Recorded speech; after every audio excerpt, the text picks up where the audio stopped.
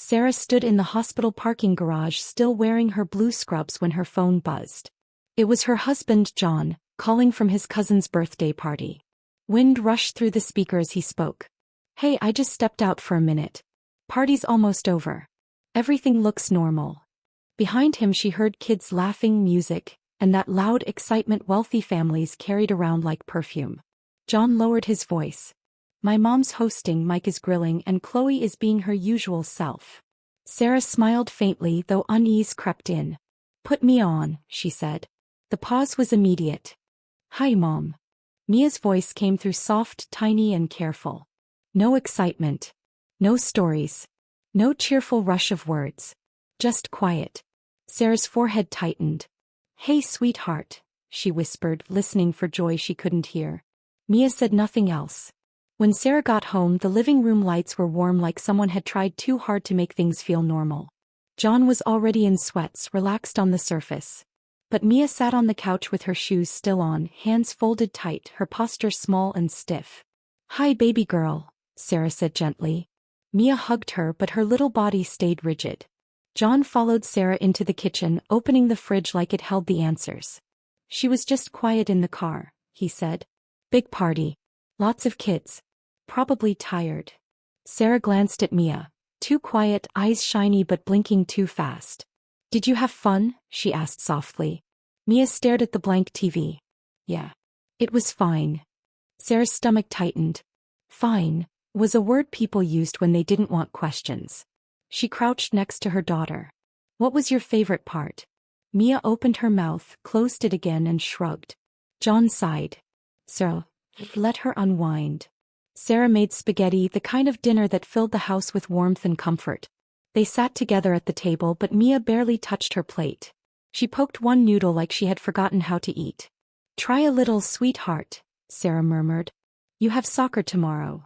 John kept the conversation light, describing the VR games and scavenger hunt. "The setup was huge," he said. "Brenda really went all out." Mia didn't smile. Didn't react. Didn't even lift her eyes.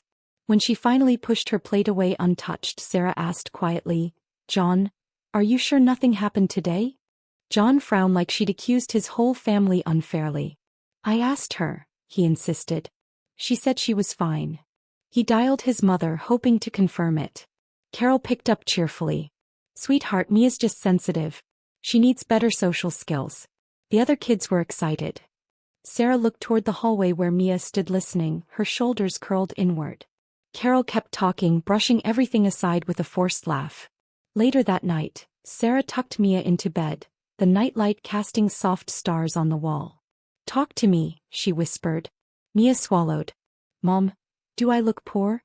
Sarah kept her voice steady. "Why would you think that?" Mia pressed her lips together, then whispered, "Noah said I can't touch his game because it's for real people." Her fingers twisted the blanket until her knuckles turned white. "And Chloe said my shirt looks cheap, like the place poor people shop." Sarah's chest tightened. She slid off the bed and knelt so their eyes aligned. "Mia, you're not poor. You never have to earn your place." Mia looked at her, wanting to believe but unsure. "They laughed, Mom," she said quietly. "They said I'm not from their level." John appeared in the doorway, face pale, hands clenched. Mia startled, thinking she was in trouble. "You're not," John said quickly, voice thick. Mia nodded but looked down again. Slowly, the rest poured out of her like water escaping a crack. "The house was huge," she said. The snacks were arranged by 2 workers in uniforms. They had VR goggles she wasn't allowed to use. "Noah said it's too expensive for me," Mia whispered. "He said I could watch if I stayed quiet." John's jaw tightened. "Where were the adults?" Sarah asked. "Talking," Mia said. "Dad wasn't there yet." Mia continued, voice trembling. "Chloe laughed at my shoes. She said they look like school shoes. And another boy said I'm not from their level." John made a sound like air escaping. Mia's eyes flicked to him nervously. "You're not in trouble," he assured her. She nodded weakly. Then came the worst part. She swallowed hard. "They said, you picked the wrong wife, Dad. That you should have married someone with money." Sarah froze. John's face drained of color. "Who said that?" he asked too sharply. Mia flinched. Sarah gently raised a hand. "Was it Noah?" "Chloe." Mia nodded. Then Mia whispered the line that cut Sarah open. They called you a lowly nurse. John stepped forward, but Sarah stopped him with a soft touch. Sweetheart, she whispered to Mia, who told you not to tell us? Mia pulled the blanket over her chin. Chloe and Noah said you'd cry at work. Sarah inhaled deeply, slowly. Did you tell any grown-up there? Mia nodded. I told Grandma Carol. John's shoulders lifted with relief, until Mia continued. She smiled real big and said I need better social skills. She told me to sit somewhere so I wouldn't be in the way. Sarah's blood ran cold. Where did she tell you to sit? She asked calmly, even though her voice trembled inside. Mia pointed one tiny finger. By the trash can, where they put the bags. John swore under his breath. Mia blinked quickly and one tear slid down.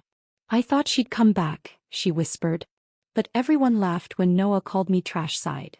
Sarah wiped her cheek gently. Did Carol hear? Mia nodded. She said, see? They're joking. Learn to take it.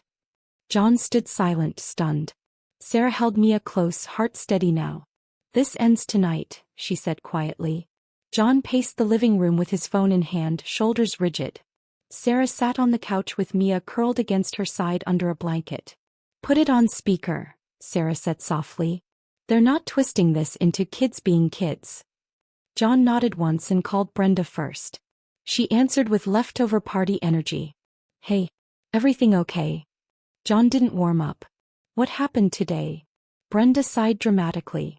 John was a party. Kids choose who they play with. Mia is sensitive. Sarah leaned forward. Did you hear your daughter call me a lowly nurse? The silence on the line sharpened. Brenda's tone iced over. Well, she told you that. That's dramatic, Sarah. John cut in. Put Mom on. Muffled movement followed before Carol's bright voice chimed in. Sweetheart, Mia was hovering. We simply guided her. John's voice hardened. Why did you place her beside the trash, Mom? Carol gave a light laugh. Oh please. She needed space. She must learn social skills. Then Chloe's voice drifted in the background, laughing, unbothered. Brenda added, different levels, Sarah. Be grateful she's included at all. John ended the call without a goodbye. His silence afterward felt heavier than shouting. Sarah watched Mia's chest rise and fall as she finally drifted to sleep against her side. They said it like it was normal, John murmured, voice stunned. He sat heavily on the coffee table, elbows on his knees. My mom heard them call her trash side. He covered his mouth briefly as if holding something in. Sarah sat beside him, shoulder touching his. You grew up in that, she whispered. You just didn't see the cost. John's eyes flicked to her, quick, guilty, broken. I thought it was harmless snob stuff, he whispered. I didn't think it would touch Mia. John stood at the window looking into the dark yard like he needed distance to think. They weren't even hiding it, he said finally. Mom, Dad, Brenda. They were comfortable humiliating her. His voice shifted, less son and more father. They don't get another chance. Sarah nodded. Good. A memory flickered across John's face. The years of comments, the pressure, the measuring. They treated my career like a disappointment. You like a burden. Sarah exhaled slowly. And now they're doing it to Mia. John turned jaw set. This ends. No visits. No calls. No access. The next morning John didn't rant. He took action. He sat at the kitchen table with his laptop open, moving with quiet purpose. No visits, he repeated. No FaceTime. No weekends. No one-on-one. Sarah nodded. Agreed. He blocked numbers one by one. Carol, Brenda, Mike. Pling. Final. He removed shared family accounts Brenda had added to Mia's tablet. He deleted the weekly Sunday dinner invites from their shared calendar. Then he typed a note labeled boundaries. If they show up, we don't open the door, he read aloud. Sarah agreed. Mia entered the kitchen, cautious, watching their faces. John crouched to Mia's level. You won't be alone with them again, he told her gently. Mia's shoulders dropped a fraction, like her small body understood safety before her mind did. Sarah brushed Mia's hair aside, relieved to see her breathe easier. John pressed save on the note, then blocked the last number. When Carol responded through another line, the message was cold. If you're choosing drama, fine. Don't come around. Then another. You're overreacting. You'll calm down. Minutes later, one from Brenda. You're letting Sarah run your life. John set the phone down, expression unreadable. The relatives followed next. Aunts, cousins, people they barely spoke to sent messages repeating the same script. It was a misunderstanding. Kids can be mean without meaning harm. Don't break up a family over this. One text from Aunt June landed like a slap. John needs to lead. Not Sarah. Sarah showed him the message. John exhaled through his nose. They're working the room, he said, tired. Then someone re-added them to the old Johnson family updates group chat. Brenda posted first. Pray for our family. Some people are choosing drama. Sarah felt her stomach twist at the audacity. Carol followed in the group chat. We love Mia no matter what. No mention of the trash. No mention of the insults. No accountability. Just careful rewriting. John typed a single message. Short, factual, final. Mia was excluded and insulted. Carol placed her beside the trash. This is not up for debate. Do not contact Sarah. Any communication goes through me. Then he muted the chat. The silence that followed felt like clean air returning. If they couldn't respect the truth, he would not negotiate. Sarah wrapped her arm around Mia, now playing quietly with her stuffed rabbit. They visited Helen, the only member of John's family who never treated Sarah like a mistake. Helen lived in a cozy assisted living home with a small garden she still tried to tend. The lobby smelled like lemon cleaner and old books. Her caregiver, Mrs. Lopez, greeted them warmly. She's been asking for Mia, she said. But then she added quietly, Carol has been calling all week asking to change the visitor list. John froze. Change it how? He asked. She wanted you restricted, Mrs. Lopez whispered. But Helen refused. She said if you can't visit, she won't participate in anything. They entered the garden room and Helen looked up immediately, her face brightening. There you are, she said, opening her arms to Mia first. Mia hurried to her, shoulders finally relaxing. Helen studied her closely. You're quieter than usual, she said gently. Did someone hurt your feelings? Mia looked to Sarah for permission. Sarah nodded. Mia sat on the footstool, knees together, small and careful. Helen leaned forward. Tell me the truth, she said softly. And for the first time Mia repeated everything, slow, trembling, piece by piece. Helen's face didn't move, but the room seemed to tighten around her. Mia told Helen about the VR game, the shoes, the words, the laughter. She repeated the phrase lowly nurse as if it still burned her mouth. John filled in the missing pieces. The trash can, the dismissive adults, the phone call. Mrs. Lopez stood behind Helen's chair, jaw clenched. Helen placed her teacup down without drinking. She didn't gasp. She didn't scold. She simply went still in a way that made everyone in the room stop breathing. Who? She asked quietly. Where?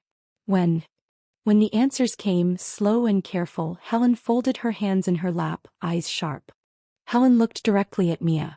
You are not trash, she said, voice firm.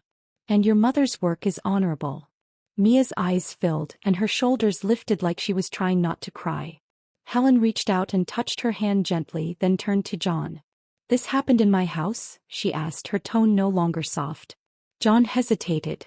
The Greenwich house, he clarified. Brenda's been hosting there. Mom and Dad act like they run the place. Helen's eyes narrowed, a spark of something ancient and unwavering rising in her expression. No, she said slowly. They do not. Helen glanced at Sarah. When is the family reunion? Sarah blinked. Next weekend. Helen nodded once as if confirming an appointment she had been waiting for. Good. She turned to Mrs. Lopez. Call Mr. Whitaker. Mrs. Lopez didn't hesitate. She stepped aside and dialed immediately. John leaned forward, confused. Grandma, what are you doing? Helen lifted one calm hand, silencing him gently. You three are coming, she said. And I am coming with you. John stared. They won't want. I am not asking what they want, Helen replied. They have been comfortable too long. Helen turned to Sarah, her expression warm but fierce. Keep Mia close, she instructed. No wandering. Sarah nodded. Helen continued. They will learn what manners truly are. She said it like a sentence already written. The next week they prepared only because Helen asked, not to reconcile. They would stay only as long as she wished. The Greenwich house looked exactly as expected. A long driveway, perfect landscaping, that magazine cover glow rich families never lost. Sarah wore a simple, clean dress. Not flashy. Not apologetic. She kept Mia's hand in hers the moment they stepped out of the car. Inside, the house smelled like expensive candles and catered food. Carol approached with a smile that didn't reach her eyes. "Mia," she sang, arms open wide. Mia shrank behind Sarah, gripping her hand tighter. "Hello, Carol," Sarah said calmly, stepping slightly in front. Brenda floated over next, perfect hair, perfect nails. "We're so glad you came," she said, glancing at Mia's shoes. "Kids' table is in the sunroom." "She stays with us," Sarah replied firmly. Brenda's smile twitched. Richard drifted over, offering a stiff handshake to John. "Good you could make it," he said, tone flat and dismissive. The room buzzed with relatives pretending not to stare. Conversations paused when Sarah and John walked by, then resumed with forced cheer. Mia stayed pressed against Sarah's side, her little hand clutching tightly. Then the front door opened again and the entire room shifted. Mrs. Lopez entered first, then rolled in Helen. Posture straight, expression unreadable, eyes piercing. The room froze. Carol's smile faltered instantly. "Mother," she burst, tone too bright. "What a surprise." Helen did not match her energy. "Hello, Carol," she said coolly. Brenda stepped forward with exaggerated concern. "Grandma Helen dear, you should be resting." Helen looked at Brenda the way a judge looks at a dishonest witness. Brenda fell silent immediately. John stood taller beside Sarah, and Mia tucked herself behind Sarah's arm, peeking out cautiously. Carol tried again, her voice trembling slightly. "Mom, we can talk about," Sarah interrupted gently. "We are talking." Brenda let out a small laugh. "We all make choices," she said. "Some choices come with limitations." Her eyes slid to Sarah's dress. Carol nodded. "Proper influences matter," she added softly. Mia flinched at the word proper, recognizing it as the same coded insult from the party. Helen tapped her cane once against the floor. The room fell silent instantly. She didn't raise her voice. She didn't need to. She rolled forward a few feet, and the crowd parted around her without meaning to. Brenda opened her mouth again, but Helen lifted her hand slightly, palm down. The talking stopped. Even the children quieted. Helen began with Mia, not the adults. "A child was humiliated in this house," she said, voice steady. "Mocked. Excluded. Placed beside the trash as if she belonged there." Richard stiffened. Carol's eyes darted around, looking for escape. Helen did not pause. "Adults hid behind words like sensitive, social skills, and levels," Helen continued. "As if cruelty becomes acceptable when disguised as guidance." Brenda scoffed. "That's not, it is exactly that," Helen cut in. "And it is not new." Her gaze swept over Carol, Richard, and Brenda. "You have treated John like an investment," she said. "You have treated Sarah as a mistake. And you have treated kindness as weakness, money as character." The room held its breath. Then Helen nodded toward the doorway. A man in a suit stepped forward, carrying a folder. "Mr. Whitaker," she said. "Proceed." Mr. Whitaker opened the folder. "Per Margaret Helen's directive," he began, "the Greenwich residence and associated properties are owned solely by Helen Parker." Gasps rippled through the room. "A trust transfer has been executed. Effective immediately, this home is held in trust for John Parker, his daughter Mia Parker, and any future children." Brenda's face drained completely. Carol staggered. Richard blinked rapidly, stunned. Mr. Whitaker continued. "Carol, Richard, and Brenda Parker are excluded as beneficiaries. Notice to vacate will follow. None of you may host events or represent this home as yours." The room fell into absolute silence. Carol stepped forward as if she could undo the announcement with volume alone. "Mother, this is outrageous," she cried. "You can't just..." Helen lifted one hand, silencing her instantly. "I can," she said, "because it is mine." Brenda's mouth opened and closed like she was searching for a script that no longer worked. Richard clenched his jaw, but even he seemed shaken.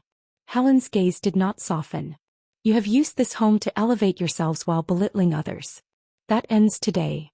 Sarah felt Mia's grip tighten, but her daughter stood a little taller, no longer shrinking into her side. Carol tried again, voice trembling. Mother, you're confused. You don't understand how this will look to the family. Helen turned her chair slightly. I understand perfectly, she replied. For years, appearances mattered more to you than people. Brenda's eyes darted around the room, desperate for support. No one moved. No one came to her defense. The silence was its own verdict. Helen breathed in slowly. Mocking a child is not a misunderstanding, she said. It is a reflection of the adults raising them. Brenda flinched. Even Chloe looked uneasy now, her practiced smirk fading as she looked at Mia. Richard finally spoke, his voice tight. John could have had more, he said, as though he were offering a logical explanation. He chose small. John straightened. I chose peace, he replied. I chose my family. Richard scoffed. You threw away potential. John shook his head slowly. No, Dad. I threw away pressure disguised as love. The room shifted. People murmured. Sarah watched as years of buried tension surfaced in John's expression. Helen nodded at him gently. You built a life, she said. Not a performance. Richard looked away, unable to respond. His authority evaporated in the quiet. Brenda tried to recover her footing. This is extreme, she snapped. All because Mia was sensitive. Helen turned sharply. She was humiliated. Her voice carried enough power to make several people step back. And instead of protecting her, you justified it. Brenda crossed her arms. Kids tease. Helen's eyes sparked. Children learn cruelty from somewhere. The room stilled. Brenda's confidence faltered. Chloe watched quietly, no longer proud of her earlier behavior. Sarah felt something settle in her chest. Not victory but justice. For the first time, Sarah saw a room full of people who could finally see the truth. Helen motioned to Mr. Whitaker again. Ensure they understand the terms clearly. He nodded. As of today, all decisions regarding the property fall to the trust holders, John and Mia. Occupants must vacate within the designated period. Carol gasped. Where do you expect us to go? Helen's voice softened only slightly. Somewhere you earned, not inherited. Brenda nearly stumbled backward. Richard gripped the back of a chair. Sarah held Mia's hand, steady and grounded. She wasn't gloating, she was simply relieved. This wasn't revenge, it was correction. The kind that finally balanced years of quiet disrespect. Helen turned her chair toward the exit. We are done here, she said calmly. John placed a gentle hand on her shoulder, guiding her through the silent crowd. Sarah walked beside them, Mia tucked safely at her side. No one dared stop them. They passed polished tables, perfect decorations, and a family that had worshipped image more than humanity. Outside, the cold air felt honest. Mia took a deep breath, as if the world had shifted enough for her to breathe freely again. Helen looked at her with warm eyes. Your worth isn't up for debate, she told her softly. The drive home was quiet but peaceful. Mia leaned against Sarah's arm, her small fingers no longer tense. John drove with a steadiness Sarah hadn't seen in years. When they reached home, Mia ran inside and sat at the kitchen table, finally hungry. Sarah served her warm spaghetti and Mia smiled, the first real one in days. John leaned against the counter, exhaling. She'll be okay, he said softly. Sarah nodded. Because she knows we choose her. Not them. John walked over and kissed Mia's hair. You're never sitting alone again, he whispered. Mia nodded, swallowing pasta with relief. In the following weeks, Brenda and the others moved out quietly, stripped of the power they once clung to. The relatives who had enabled them went silent. No more group chat messages. No more false narratives. Sarah and John didn't celebrate, they simply rebuilt. Mia returned to her usual bright self, telling stories at dinner again, laughing loudly, filling the home with life. She even asked Sarah to help her pick new soccer shoes. Ones I like, Mia said proudly. Sarah smiled. Then that's what we'll get. Confidence was slowly replacing the wound they never should have inflicted. Helen visited more often now. She sat in the living room with Mia, teaching her card games and telling her stories about when John was little. Sarah would overhear laughter from the hallway, soft, real, healing sounds. One afternoon, Helen took Sarah's hand. You are raising her well, she said. With dignity. Sarah's eyes warmed. Thank you. Helen nodded firm. And do not forget, Wealth is not the measure of a family. Sarah exhaled as though releasing years of pressure. They were building something different. Something stronger. Something Mia could grow inside without shrinking herself small. Months later, Mia ran onto the soccer field with confidence, waving at Sarah and John in the stands. Sarah watched her daughter laugh with teammates. No fear, no hesitation. John slipped his arm around Sarah's shoulders. "We did the right thing," he said quietly. Sarah nodded. "We protected her." As Mia scored her first goal of the season, she turned and looked at them with a grin wide enough to erase old memories. Sarah squeezed John's hand. Their family wasn't defined by status, houses, or approval. It was defined by love, safety, and truth. And that truth finally had a voice.